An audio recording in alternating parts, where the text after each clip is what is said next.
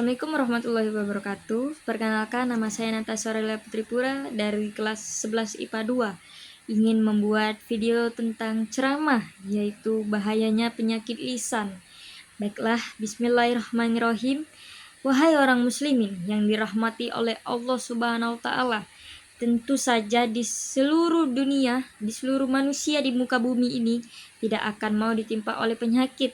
Karena mengapa? Karena penyakit itu akan memberikan rasa derita, rasa sakit, rasa kesedihan baginya.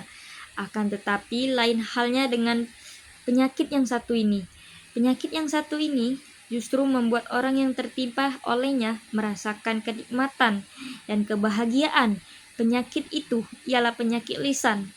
Padahal kaum muslimin yang dirahmati oleh Allah, lisan ini telah diciptakan oleh Allah Subhanahu wa taala sebagai salah satu panca indera kita yang memiliki banyak fungsi, dan Allah Subhanahu wa taala menciptakannya agar kita menggunakannya dalam rangka beribadah dan berbuat kebaikan kepada Allah Subhanahu wa taala.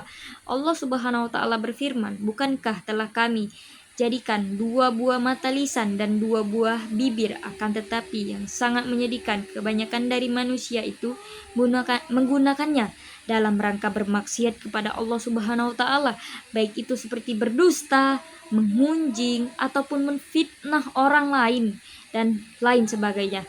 Padahal Rasulullah memerintahkan kepada kita orang yang beriman kepada Allah Subhanahu wa taala agar berucap dengan ucapan yang baik.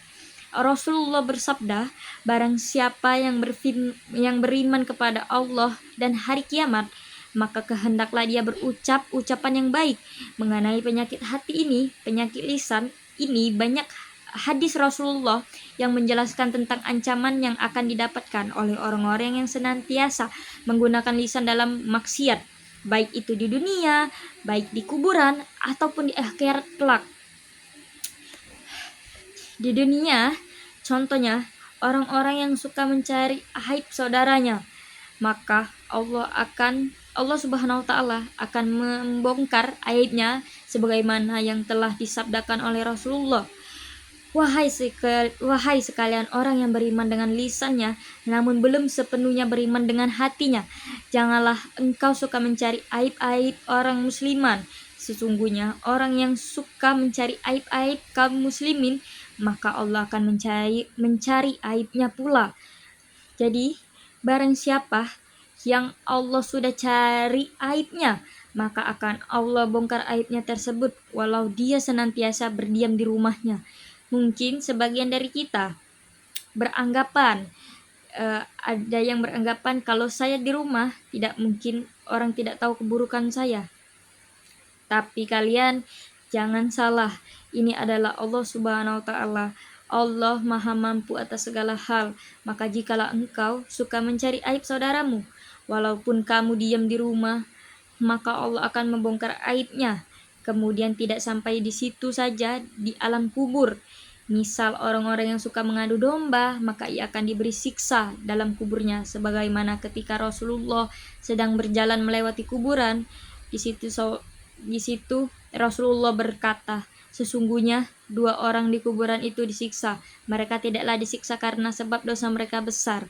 Adapun salah satunya dia tidak bersuci setelah dia buang air, adapun yang satunya ia gemar mengadu domba kaumnya yang para muslimin, dan tidak hanya sampai di situ saja. Di akhirat kelak masih ada azab yang akan menanti kita.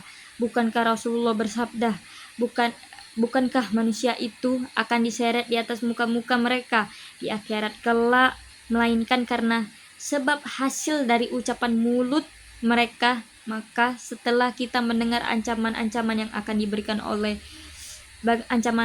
diberikan bagi orang yang memiliki penyakit lisan ini, hendaklah menjadikan kita sebagai pribadi